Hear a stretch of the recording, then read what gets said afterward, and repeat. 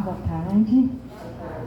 Sinto com grande alegria que a gente se reúne para falar um pouquinho de Jesus, né? A gente acabou de cantar, né? Jesus, né? Derrame sobre nós essa paz. E hoje a gente vai aprender um pouquinho mais, né? Uma parábola que nos foi sugerida para esse dia. E nessa parábola, né? Ela tem praticamente, são 16 versículos, né? Do 1 ao 16. Se a gente estudar essa parábola, né, no NEP, que a gente faz os estudos dos versículos das parábolas, daria aí em torno de uns 4, 5 meses estudando essa parábola no mínimo, né? Então eu vou tentar condensar aqui a essência dela, mas eu sempre falo que as palestras é um start para a gente buscar, estudar, se aprofundar no caminho junto com Jesus. Então, a gente vai falar da parábola dos trabalhadores na vinha, né? Que está em Mateus, no capítulo 20, que vai do versículo 1 ao 16. E eu consigo por aqui, gente? Consigo. É só apertar no meio? Na frente. Vê se eu liguei lá, vê se não está o botãozinho do lado desligado.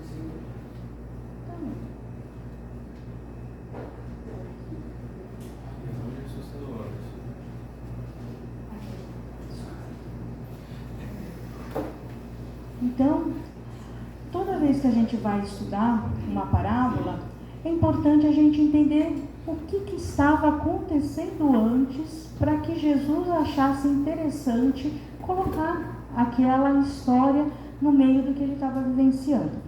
E aí, antes, né, se a gente for em Mateus 19, capítulo 19, de 16 a 30, a gente vai ver aquela passagem que muitas vezes as pessoas já devem se lembrar, que tem um moço, né, jovem, que decide seguir a Jesus, e ele diz que ele cumpre todos os mandamentos, né, e pede, né, para Jesus como que ele poderia, né, estar com ele, né, fazer mais. E aí Jesus fala, né, se queres ser perfeito, vá, vende tudo que tens, dá o dinheiro aos pobres e terás um tesouro no céu. Depois vem e me segue. E pela parábola, né, pelo acontecimento do dia, a gente sabe que, né, o mancebo, que é o jovem, né, ele ouvindo essas palavras, ele retirou-se triste porque possuía muitas propriedades. Ele ainda não estava preparado para o chamamento de Jesus. Porque muitas vezes a gente não tem o anseio, né, eu não digo a vontade, mas o anseio de seguir Jesus. Mas quando esse anseio é pedido algumas renúncias de nossa parte, a gente age que nem esse jovem, né? A gente desiste da caminhada porque ainda a gente não está preparado para abandonar certas situações, né? Nesse versículo também vai falar, né? Para abandonar a sua família, abandonar, daí todo mundo fala, nossa, mas Jesus está pedindo para abandonar. Ou esse abandono em si, ele diz muito em cima da intenção, né? Porque muitas vezes a gente não abandona as coisas nem as pessoas porque a gente gosta de exercer um certo controle sobre elas, né?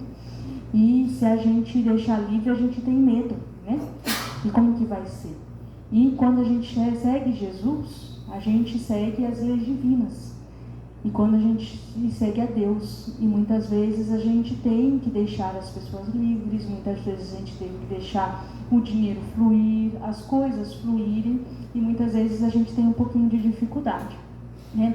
E por isso que Jesus, depois desse acontecimento, né, ele vai entrar na nossa parábola aqui, né?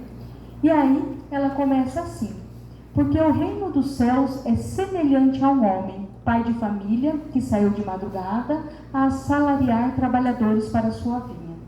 Então a gente vê que Jesus, ele utiliza de parábolas e ele tenta trazer a realidade daquela época para que as pessoas entendam o que são as leis divinas, né? Então por isso que ele faz essas comparações. Muitas vezes nós, quando vamos querer ensinar para as crianças alguma lei moral, o que a gente faz?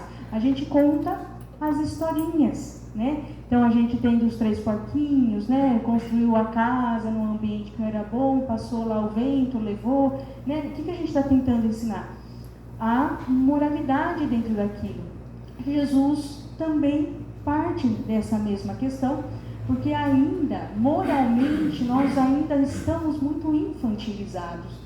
E se for falar na essência daquilo, nós ainda não vamos compreender.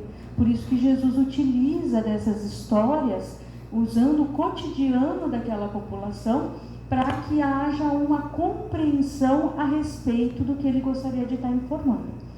Então, ele vai comparar esse reino dos céus a um homem, pai de família, que saiu de madrugada. Então, essa comparação, ela vem nesse sentido. Mas é exatamente assim?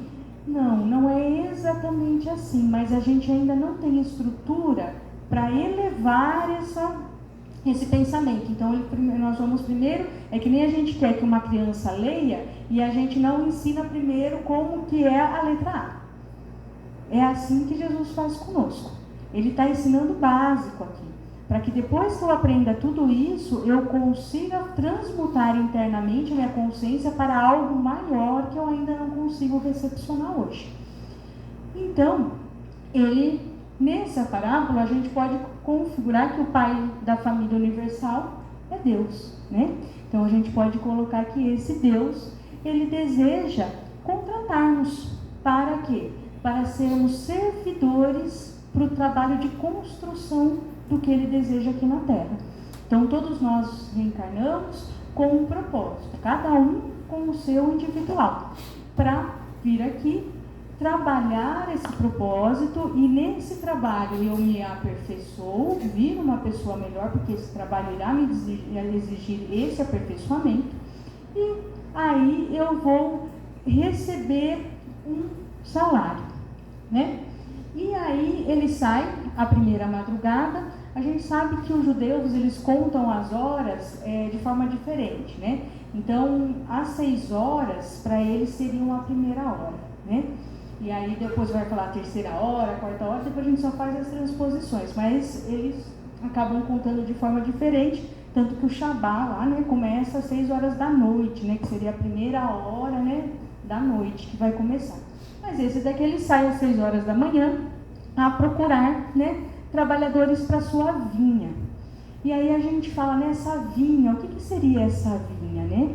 A vinha é, dentro do nosso livro dos Espíritos, lá em Prolegômenos, a gente tem a explicação por que o trabalho de Deus é caracterizado sempre com essa palavra vinha. Vendo que Jesus, tanto o Antigo Testamento como o Novo Testamento e o Espiritismo, nenhum está contradizendo o outro. Todos estão falando da mesma verdade, conforme a evolução espiritual do momento, para que aquelas pessoas entendam. Então, tanto que quando Jesus veio, ele falou: eu não vim destruir a lei, ele veio dar complemento. E o Espiritismo, ele vem nessa mesma toada, ele não vai destruir o Velho Testamento, ele não vai destruir o Evangelho de Jesus, ele vai dar complemento, porque nós, como de forma espiritual, já estamos prontos a receber mais um complemento, né? Mas nunca há, olha, porque veio o Espiritismo, agora a gente tem que abandonar, né, tudo que foi dito. Não, é uma construção. É que nem agora eu vou aprender a ler e eu vou esquecer o que é a palavra A. Eu vou ter muita dificuldade de fazer a leitura.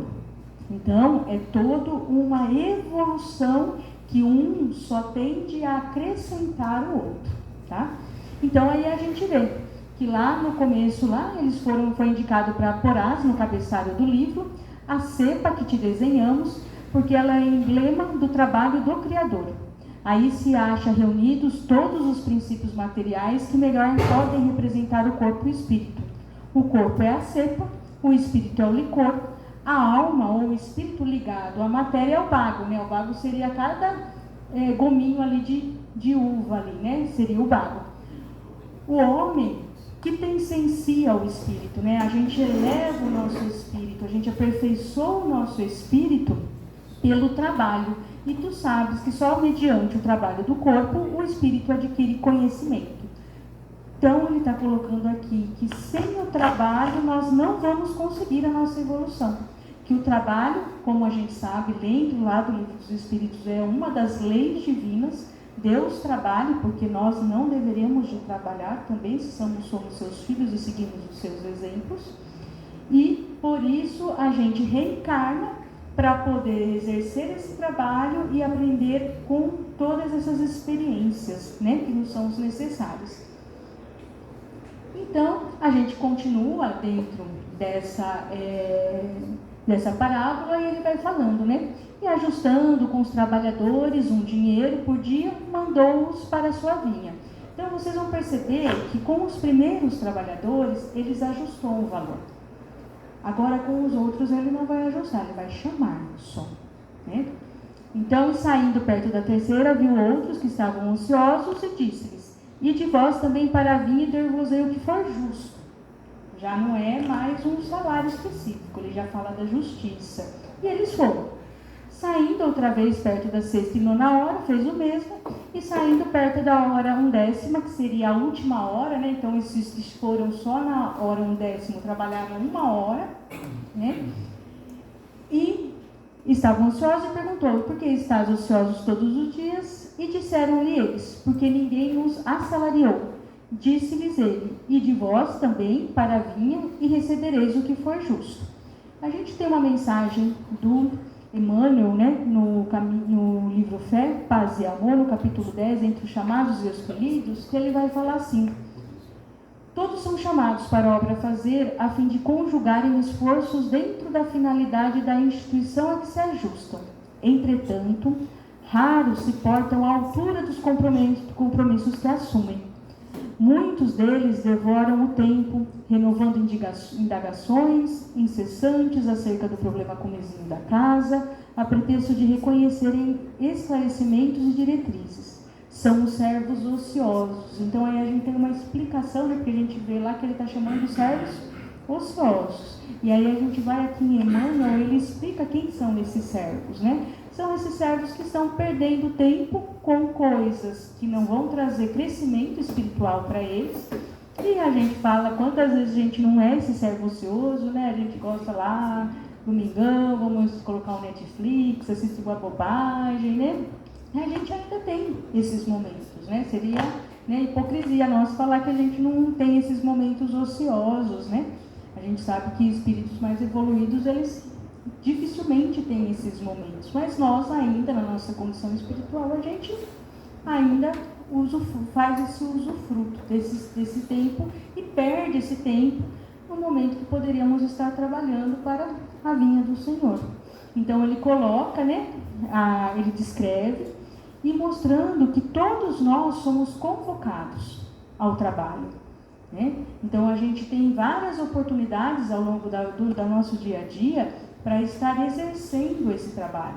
Então a gente pode exercer acordando e agradecendo a Deus pelo dia que a gente está tendo, depois tentando manter a harmonia, a paz dentro do nosso próprio lar, indo trabalhar e mantendo a harmonia dentro do ambiente de trabalho que estamos, não gerando situações constrangedoras, não gerando situações que prejudiquem o bom andamento do nosso próprio trabalho. E depois a gente pode ir para uma casa espírita também, trazendo harmonia dentro desse local, ou encontrar uma pessoa que conhecemos e de repente a gente vê que ela não está bem e emprestarmos o nosso ouvido para que ela possa desabafar e falar do dia dela, sem que criemos qualquer tipo de julgamento perante o que ela está passando, e sim acolher as pessoas que estão ao nosso redor, porque cada um sabe das dificuldades internas que trabalham, né? Então tem muitas coisas que para nós a gente consegue lidar de uma forma um pouquinho melhor, mas outras pessoas não. Mas essas outras pessoas também conseguem lidar em outras situações, em coisas melhores que nós às vezes não, né? Então todos nós estamos aqui para nos ajudarmos mutuamente nessa evolução. Que nós não sejamos em nenhum momento motivo de escândalo que derrube os nossos irmãos, mas que nossas palavras sempre sejam de motivação, de perseverança, de confiança, de que conseguiremos sim evoluir nesta reencarnação. A gente encontra um mundo com valores totalmente deturpados, com várias questões que estão se normalizando, né, e que não são normais perante as leis divinas, e que se a gente não continuar com a nossa consciência muito iluminada durante ao longo do dia, a gente pode fazer o efeito manada, né? A gente acaba indo para esses lugares porque a gente é influenciado por essas pessoas, né? E aí a gente se deixa levar por essa questão. Então que a gente tome muito cuidado, porque infelizmente, né, a gente tem uma palestra muito boa do Jorge Lahar, que ele vai falando da dificuldade desse momento de transição, e ele fala disso, que reencarna muitos espíritos ainda que não conseguem evoluir e ainda se comprazem com a maldade, só que muitas vezes eles têm uma boa oratória, eles têm uma boa hipnose, eles acabam levando pessoas para fazerem coisas que não são legais. Por quê? Porque essas pessoas também deixam as suas consciências adormecidas. A nossa consciência adormecida vira refém daqueles irmãos que querem aproveitar da nossa falta de trabalho com relação a essa consciência. Então, que nossas decisões sejam tomadas por nós mesmos. É melhor a gente errar querendo fazer o bem do que a gente errar por conta que a gente foi influenciado ou levado porque a gente tem essa necessidade de participar de grupos. Isso é instintivo da nossa questão material. Então, às vezes, para a gente participar de um grupo, a gente acaba, às vezes, fazendo coisas que, na verdade, a gente não acha que seja correta. Ou se omitindo por questões por conta que quer participar, quer estar inserido dentro do corpo. Mas lembre-se sempre, né, a postura de Jesus, que quando se falava sobre algo da lei divina, que ele não acreditava como sendo aquilo, ele sempre se posicionou. Ele nunca deixou de colocar a sua ideia, a sua filosofia, só porque ele deveria estar inserido em algum local. Então a gente tem que tomar muito cuidado nesse período que nós estamos vivendo, porque as ideias estão sendo deturpadas. A filosofia de Jesus está sendo deturpada. E um Jesus que não ama, não é Jesus. Então, se a gente sempre tiver isso em mente, né, quando a gente for fazer uma decisão, está meio difícil, olha aquele irmão e visualize uma pessoa que você ama muito. E vê se você trataria no mesmo formato. Porque se você não tratar, muda a atitude. Porque tem que tratar com amor. Né? A gente tem o nosso mandamento espírita, amai-vos. É o primeiro mandamento. Não, o segundo é o instrui. Porque a instrução sem amor, ela pode ser cruel. Agora, o amor, ele nunca vai ser. O sentimento é o que é o mais importante em todas as nossas ações. E a gente vai ver dentro dessa parábola que isso se comprova.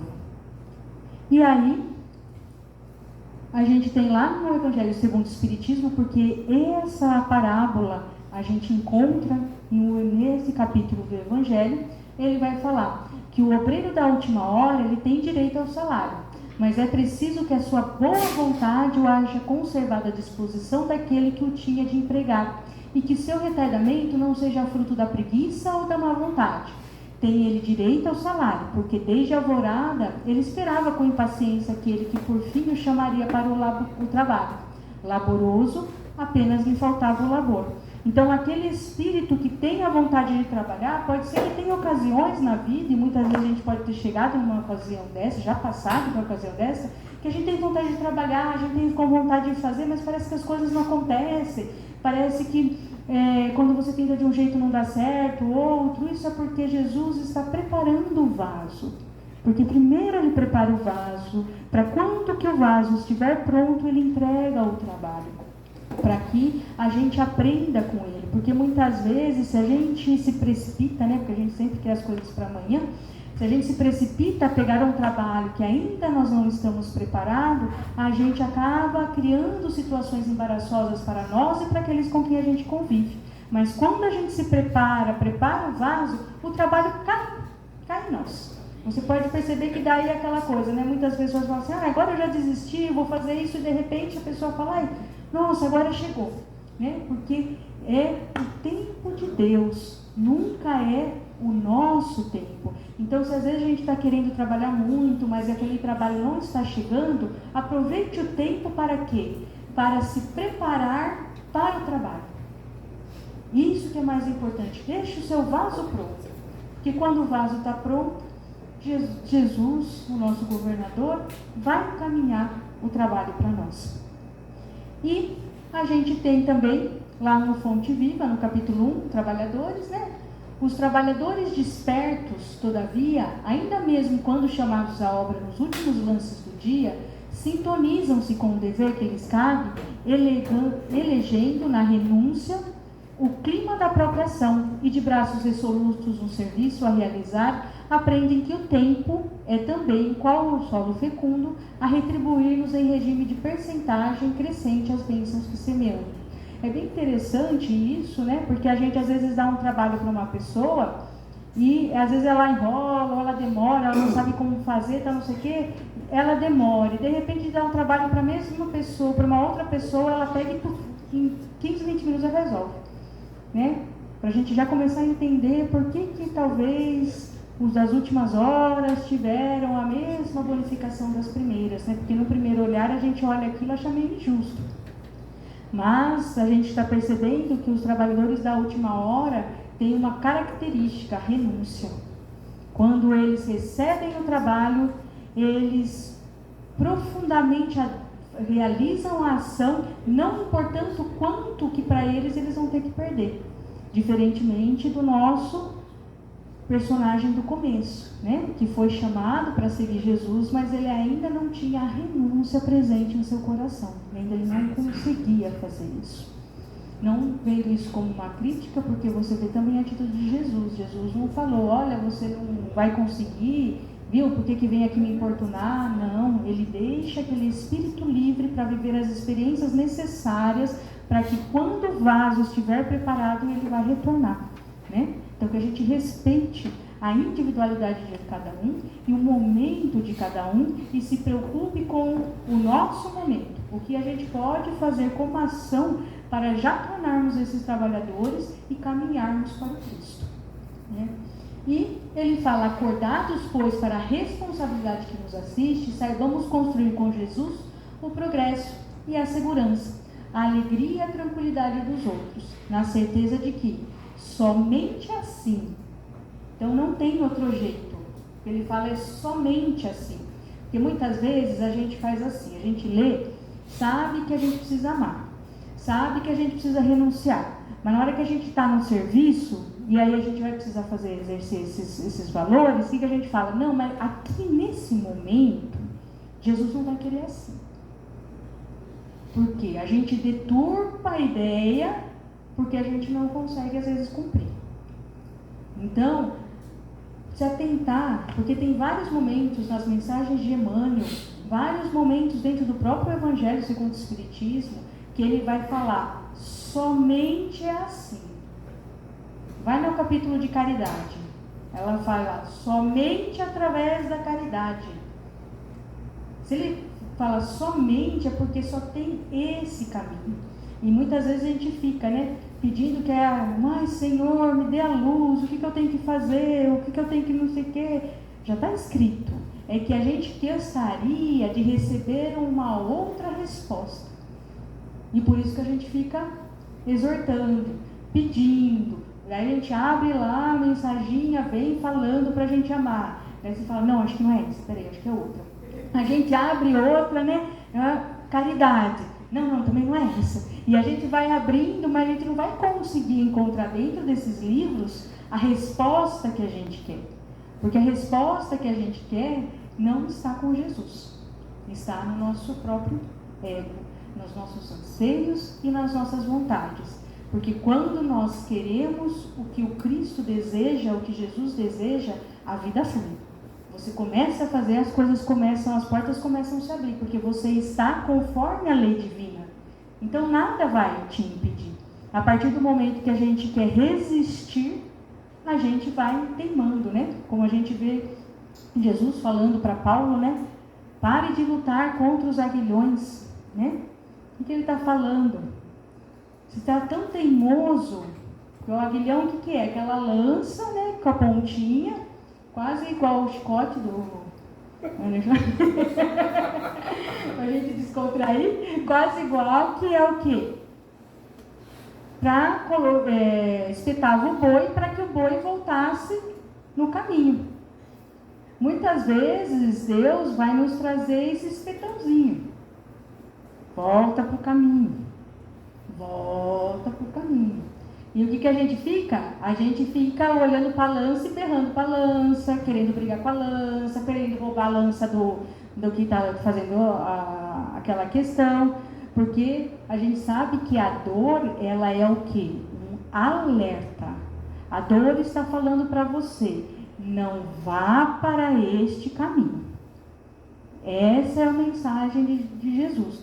Porque vocês já viram pessoas que não têm a sensibilidade da dor?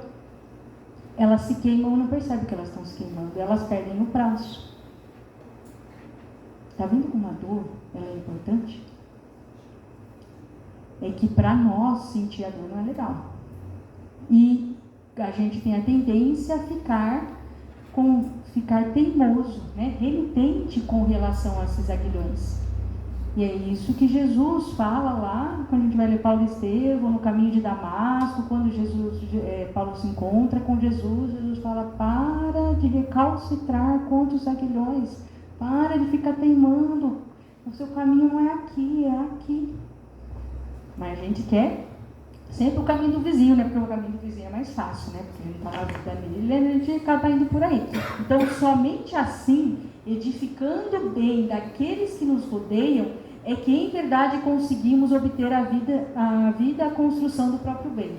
Quem não trabalha para a felicidade do próximo, em aliviar as angústias do próximo, não está trabalhando conforme as leis divinas. Nós estamos aqui para nos ajudarmos mutuamente e é essa a nossa função, de aliviar, de ajudar, de compreender e de elevar a todos que estão ao nosso redor. Tudo que está fora disso não é o trabalho com o Cristo. Não importa se você está fazendo dentro da casa espírita, se você está fazendo dentro do seu âmbito de trabalho, dentro do teu lar. Essa conduta ela tem que ser igual. A gente sabe que nos mundos elevados, as pessoas não se comunicam mais através da fala, é só através do pensamento. A gente tem até medo de ir para esses mundos, né? Porque daí vamos saber tudo que a gente está pensando, né? Por isso que nós não estamos nesse mundo. Porque esses espíritos, o que eles pensam, eles falam, eles fazem. Nós não. Nós somos ainda hipócritas. Nós ainda fazemos uma coisa, mas estamos pensando outra. E é aí que a gente tem que repensar. Porque se a gente quer adentrar esses mundos, a gente tem que ser verdadeiro no pensamento e na ação. O dia que a gente conseguir fazer isso, nós estamos livres. E olha que delícia, né? A gente ser livre, porque tudo que eu penso é bom e eu executo. É aí que mora a felicidade, que um dia há de chegar, né? Vamos lá. E aí, a gente tem que ir aproximando-se à noite, né? Diz o Senhor Davi ao seu mordomo. Chama os trabalhadores e paga-lhes o jornal, né? Paga o salário específico, começando pelos derradeiros até os primeiros. E chegando os que tinham ido perto da hora 10ª, receberam um dinheiro cada um. Vindo, porém, os primeiros, cuidaram que haviam de receber mais. Do mesmo modo, receberam um dinheiro cada um. E recebendo, murmuravam contra o pai de família, dizendo, estes derradeiros trabalharam só 1 hora, e tu os iguala conosco que suportamos a fadiga e a calma do dia. Isso ninguém faz, né? Se vem lá uma pessoa e consegue algo melhor que nós, trabalhando menos, nossa senhora, né? A gente fica revoltado, né? Por quê? Porque a gente fala que isso não é justo. E se a gente olha essa parábola aqui, que a gente sabe que o Pai é Deus, Deus não está sendo justo. Não é essa pergunta que a gente fica, né? O que Jesus está querendo nos dizer com isso? Porque até agora está meio estranho esses pagamentos aqui, né? Então a gente fica sempre na dúvida. Então, a gente tem lá em Filipenses, né, que está lá no capítulo, no livro Pão Nosso, no capítulo 175, murmurações. Então é um conselho que Paulo de Tarso nos dá, para que fazer todas as coisas sem murmurações nem contendas. E ele diz: nunca se viu contenda que não fosse precedida de murmurações inferiores. Então, primeiro começa a insatisfação. Começa a insatisfação, de repente começa a falar da insatisfação, de repente está brigando, né? Está se desentendendo com todos. É hábito antigo da leviandade procurar a ingratidão, a miséria moral, o orgulho, a vaidade e todos os flagelos que arruinam a alma neste mundo para organizar as palestras da sombra, onde o bem, o amor e a verdade são focalizados com malícia. Né? Então a gente às vezes, né, utiliza dessas questões, fala assim, eu vou falar mal, mas é obrigação minha, né? Porque se eu não falar, né? E aí a gente tem aquela frase famosa do Gregório, né, no livro Libertação, que seria de Deus se a gente não cuidasse dos infernos. Olha a pretensão do Gregório. E às vezes a gente tem essa mesma pretensão, né? Se não sou eu, vou botar a ordem aqui, quem que vai botar? Né?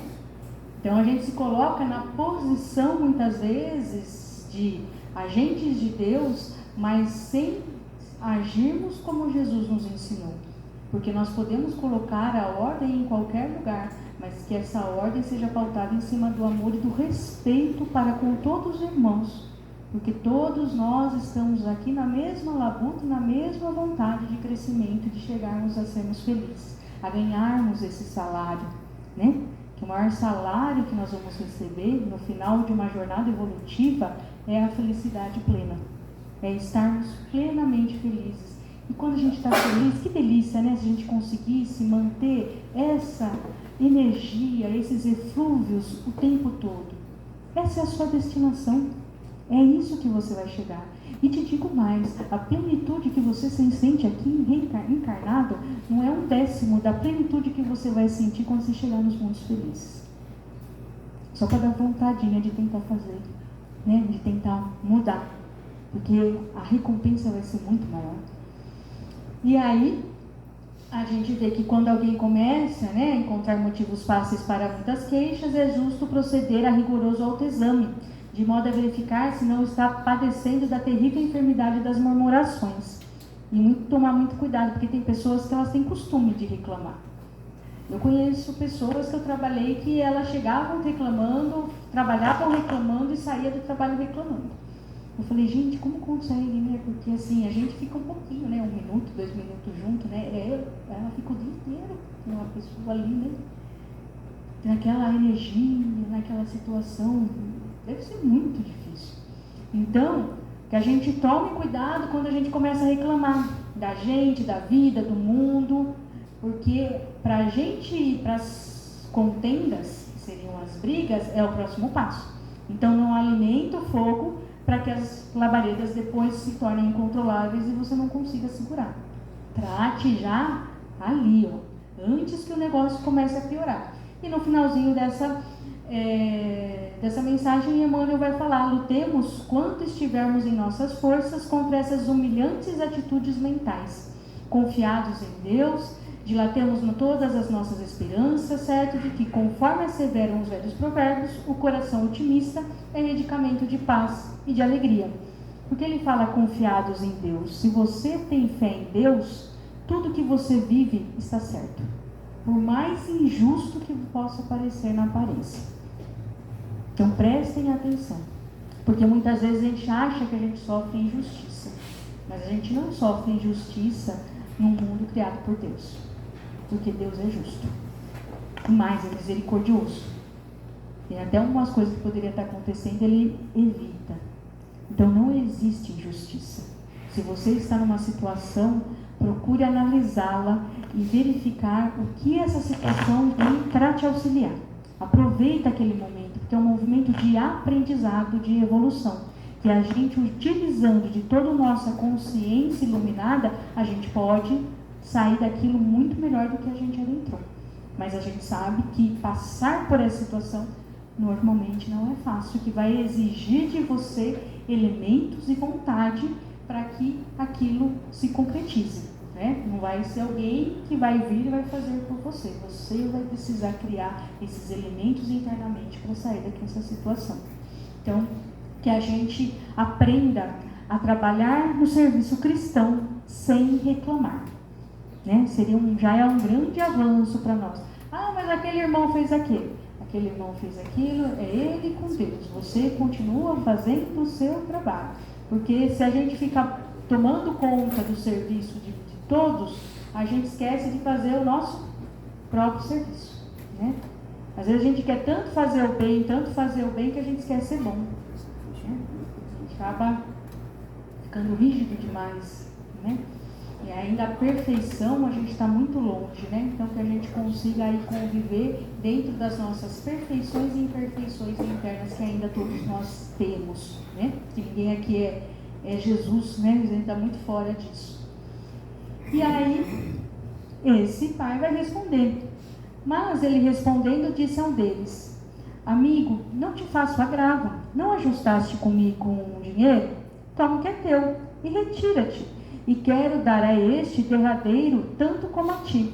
Ou não me é lícito fazer o que quiser do que é meu? Ou é mau o teu olho porque eu sou bom? Né? Então aí a gente está vendo como a gente tem dificuldade às vezes de ver um irmão nosso em ascensão e a gente às vezes não está em ascensão. Então a gente quer dar uma, né, a gente consegue trazer ele para baixo, em vez de falar o que será que esse trabalhador fez para que ele recebesse a mesma coisa que eu em poucas horas. Vou lá, né? Porque eu falar inveja, eu posso utilizar para o bem também. Eu posso ver uma pessoa em ascensão e falar, nossa, como que ela conseguiu chegar lá? Conversar com essa pessoa. Chegar e falar assim, nossa, eu gostaria de estar no seu lugar. Como que você fez? E eu faço. Não preciso ficar derrubando ninguém, porque todos nós temos potencialidade de chegarmos onde quisermos. A diferença às vezes está que uns persistem mais, eles insistem. Embora tenham as quedas e as dificuldades, outros na primeira dificuldade senta e chora. A gente vê, ele volta a falar de Paulo de Tarso na mesma situação. Na hora que ele caiu lá do camelo, o que aconteceu? O que ele virou? Ele não perguntou para Jesus fazer algo por ele. Porque a gente fica o tempo todo rogando para que Jesus faça alguma coisa. Ele já era um homem transformado. Então ele chega e fala assim, Jesus, o que queres que eu faça? Será que a gente consegue fazer isso um dia da nossa vida? Deixar de fazer os nossos anseios e num dia da nossa vida a gente perguntar para Jesus, Jesus, o que você quer que eu faça? E fazer um dia disso. Porque a gente só está na outra posição. O cristão, ele vai fazer sempre essa pergunta. Ele nunca vai olhar para dentro dos anseios ainda não suprimidos e ir lá correr para isso. Não, ele vai perguntar o que Jesus quer que ele faça naquele dia e ele vai fazer. Essa é a grande diferença dos grandes espíritos, dos espíritos elevados a nós. Nós estamos buscando o nosso reino egóico. Os espíritos evoluídos procuram o reino de Deus e faz, não importa a renúncia que devam fazer. Para a gente ver a grande diferença da postura daquele que se encontra com Jesus. Pensemos isso nas nossas orações, o que pedimos todas as noites, para que o que seja feito à vontade de Deus em nossas vidas, ou se ele pode fazer isso, se ele pode fazer aquilo, se ele pode fazer aquilo. A gente sempre está rogando que outro resolva os nossos problemas. Mas em nenhum momento a gente faz a postura moralmente amadurecida de falar, Senhor, o que eu preciso fazer para conquistar isso que eu almejo? Tá? Uma inversão de valores. E aí ele fala, né, por conta desse mal. E aí eu trouxe uma mensagem que está lá no livro Nosso Lar, e assim, eu acho interessante, quem tiver mais curiosidade, volta lá no Nosso Lar, lê novamente, porque vai ter uns 3 capítulos lá que eles vão falar a respeito de bônus hora.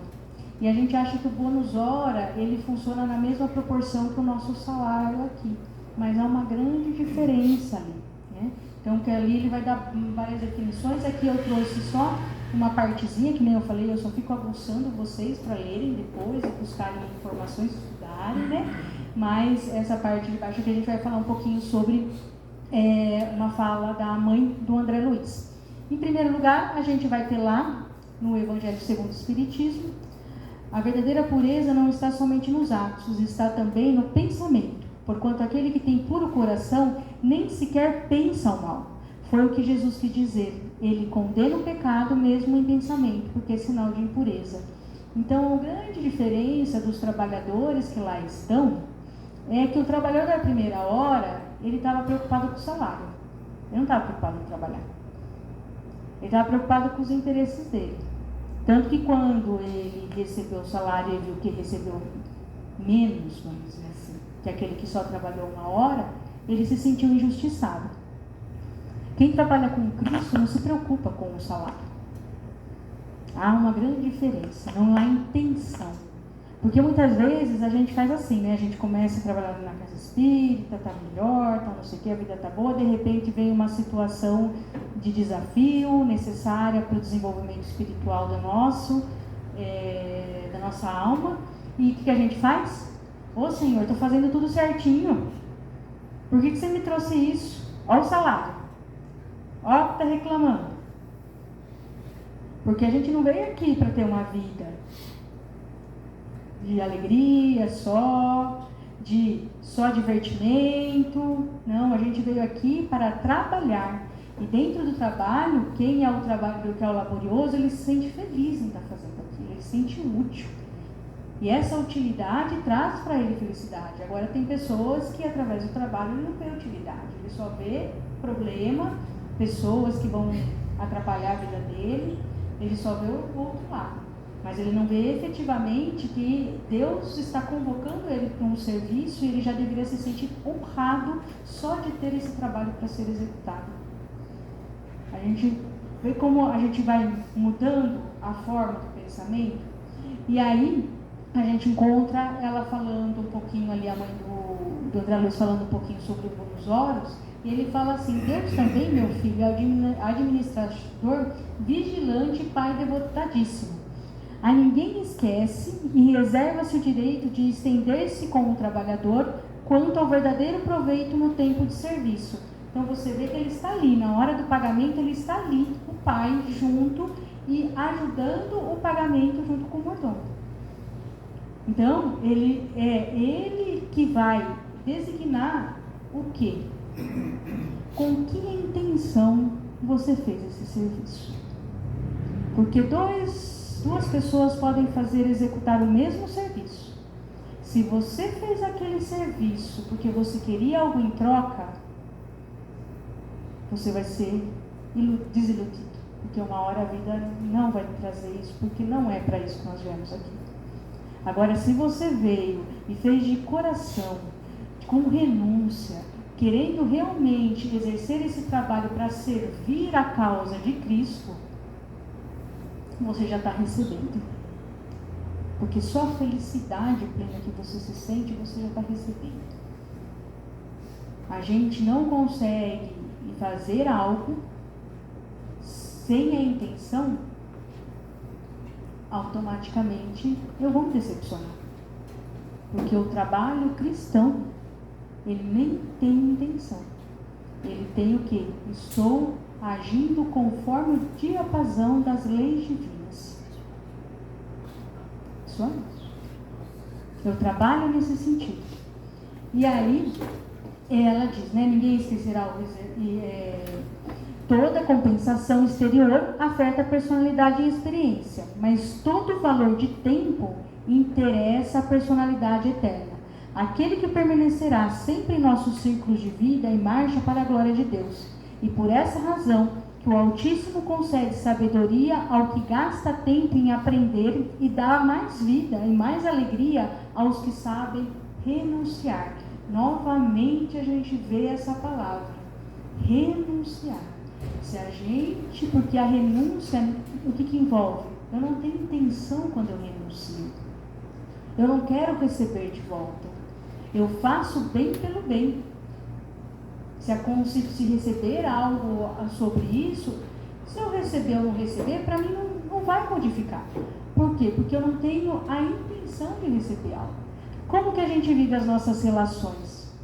Eu vou lá, faço uma coisa para a pessoa, mas se a pessoa às vezes não falou obrigado, se a pessoa às vezes não reage da forma como eu gostaria, o que a gente faz?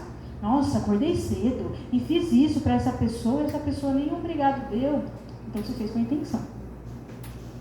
Porque se faz por amor, você não vai pensar na resposta do outro.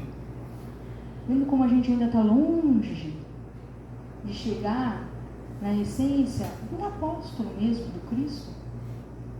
E essa mensagem, ela vai jogando aos nossos olhos como nós estamos longe ainda de entender o que Deus deseja da nossa parte. E aí a gente vem lá no finalzinho, né? Assim os derradeiros serão os primeiros e os primeiros derradeiros, porque muitos são chamados, mas poucos escolhidos. Aí eu peguei uma parte do livro Pensamento e Vida, que a gente tem um capítulo lá sobre a respeito do trabalho. E ele vai falar muito dessa questão da intenção.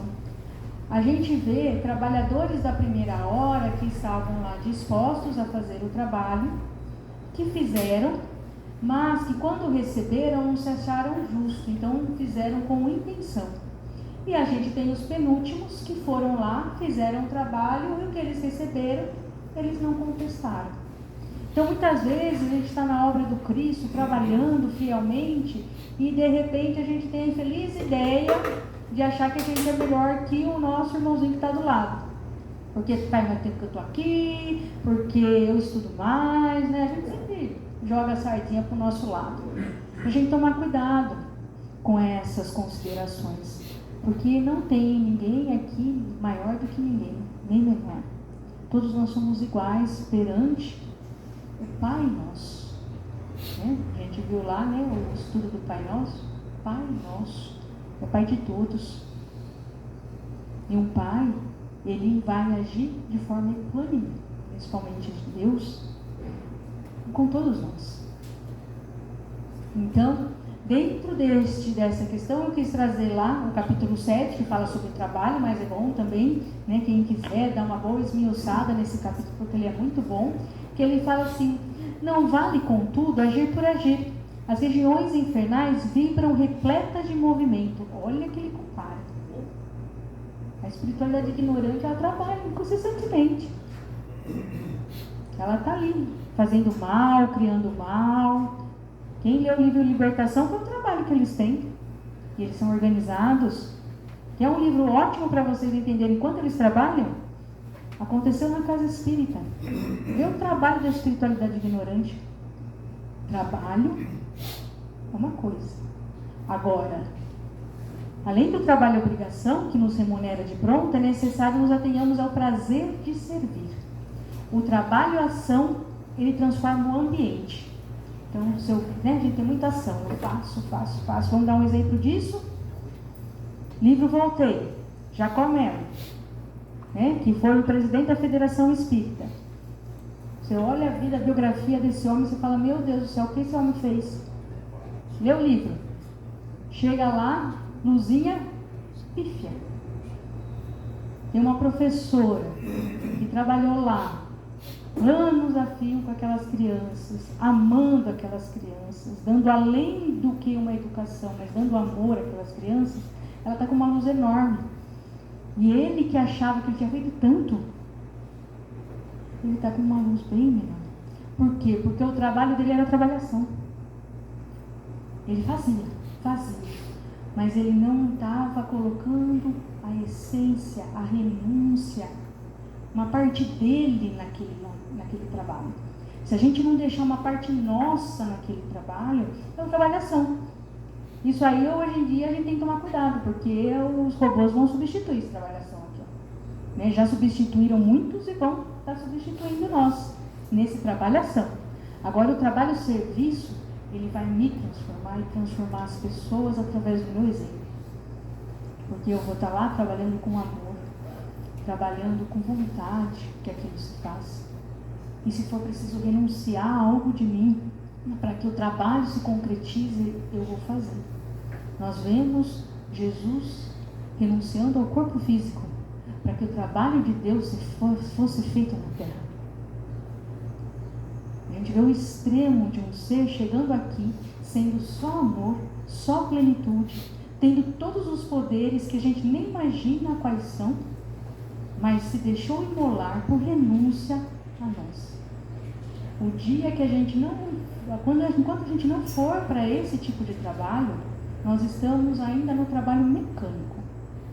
Estamos lá, fazemos, muitas vezes querendo algo em troca, a gente nem fala, né? Não, tô vindo aqui, imagina, tô vindo por amor, tô vindo por não sei o quê. Mas quando começam as contrariedades ao longo da vida, a gente começa a perceber. A gente tem um caso, Sexo e Destino, se eu não me engano, de um trabalhador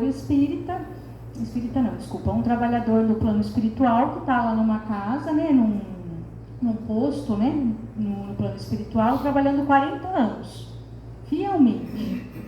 Aí, tem uma questão com relação à filha dele, ele vem aqui visitar a filha dele e ele percebe que o genro trai a filha dele num prostíbulo. Ele ataca esse genro dando socos. Olha o desequilíbrio, porque o trabalho não mudou nada nele. Até o momento que a mentora que está ali junto com ele fala assim: a gente veio aqui para servir, a gente não veio para isso. Ele teve que ser retirado e foi fazer tratamento. Tem desequilíbrio que ele não conseguiu manter. Trabalhar é importante quando nós sabemos exercer o trabalho. Agora, quando a gente trabalha para se livrar do trabalho, ou para falar para os outros, ou para si que fez, a gente às vezes vai chegar numa situação que nem esse nosso irmão, que de repente vem uma contrariedade na vida, a gente desacredita, né? Que nem a gente fala, né? A gente vê espírita hoje que é a favor da pena de morte. Que espírito é esse? Não morre. Você é a favor da pena de morte? Espírita que está falando assim: nossa, mas esse órgão aqui não tem jeito. Isso aqui, do jeito que está acontecendo, não vai. Quem que é o governador nosso? São os políticos ou é Jesus? Quantos orbes já passaram pelo momento de provas e expiações por regeneração? Você acha que é a primeira vez que Deus está fazendo isso? Primeira vez. Nós somos a primeira terra, o primeiro planeta que Deus está transformando esse mundo de provas e regeneração. Ele perdeu mão. Aqui ele perdeu mão. Cadê a fé? Porque se você estudou a primeira pergunta do Livro dos Espíritos, você não pode dizer nada disso. O que é Deus? Inteligência suprema. Inteligência suprema. E a gente fala assim: não, Deus errou na minha vida. Ele acertou com todo mundo, mas na minha vida ele errou. De novo a gente querendo ser Gregório, lá do livro Libertação. Que seria dos infernos se eu não cuidasse? E não seria de Deus se eu não cuidasse? Olha aonde vai chegando a nossa forma de agir. E ele fala: nos círculos mais elevados do espírito, o trabalho não é imposto. A criatura consciente da verdade compreende que a ação no bem é ajustamento às leis de Deus e a ele se rende por livre vontade. Porque Deus não vai ficar forçando a gente a fazer algo que a gente não quer. Prova disso? Livro há 2000 anos. Públio Lentulus, próximo de Jesus. Um senador romano, próximo do governador da terra. Ele fala que quando Jesus está chegando, ele percebe que a natureza meio que reverencia a passagem, a natureza. A natureza é mais sábia que nós, às vezes, porque ela segue as leis divinas. Reverencia ele chegando. E você sabe o que é um senador romano se ajoelhar frente a um plebeu? Ele não aguenta, ele se ajoelha. Só que daí Jesus convida. Vem. Como faz com o começo, né? Antes da nossa parábola. Vem, abandona tudo isso e vem e me segue. Cada um sabe, dentro da sua complexão de vida, o que está precisando abandonar, o que está precisando deixar. Ou às vezes é aquele orgulho exacerbado, às vezes é o egoísmo exacerbado, cada um sabe, né? A gente conhece a ti mesmo, a gente sabe o que está impedindo nós nessa evolução. Então trabalha isso, renuncia. Porque Publio Lentulus não foi capaz naquele momento de renunciar. E que Jesus diz, você pode vir agora ou há milênios. Ninguém não força. E aí a gente vê um Emmanuel 2000 anos depois, informado. Isso vai acontecer com todos nós. Vocês podem lutar, vocês podem ainda querer manter, que nem Publio Lentulus, o status, o poder transitório do mundo, mas no momento você vai curvar perante esse Deus e dizer que nem Paulo de Tarso: Senhor, o que queres que eu faça? Que esse momento desejo para mim e para todos vocês que estejam muito próximos da reencarnação de vocês, para que vocês encontrem Jesus e tenhamos a coragem de nesse momento nos ajoelharmos, abandonarmos tudo aquilo que não é nosso, que a gente não precisa mais carregar, e dizer ao nosso Jesus, ao nosso irmão: Senhor, o que queres que eu faça? É esse os trabalhadores da vinha, que um dia possamos ser esses apóstolos do Cristo, que prepara o vaso para que no momento oportuno Deus possa fazer a enxertia nos nossos trabalhos. Que assim seja. E aí vamos aproveitando esse momento de paz, onde recebemos a palavra de Jesus em nossos corações.